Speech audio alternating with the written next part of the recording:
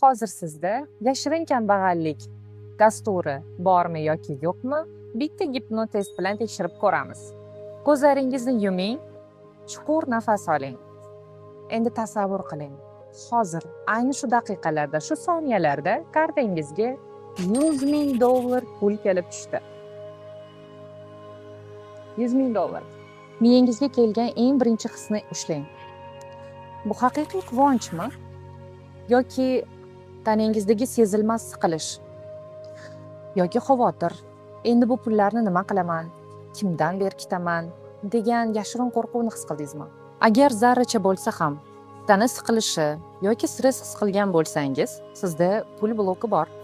Regressiya seanslarimizda biz aynan mana shu ildiz otgan dasturlarni aniqlaymiz. Bir martalik seansda albatta muammo to'liq yechilib ketmaydi, lekin blokni aniqlash g'alabaning yarmi. Birinchi soniyalarda tanangizda aynan nima his qilganingizni izohlarda yozib qoldiring.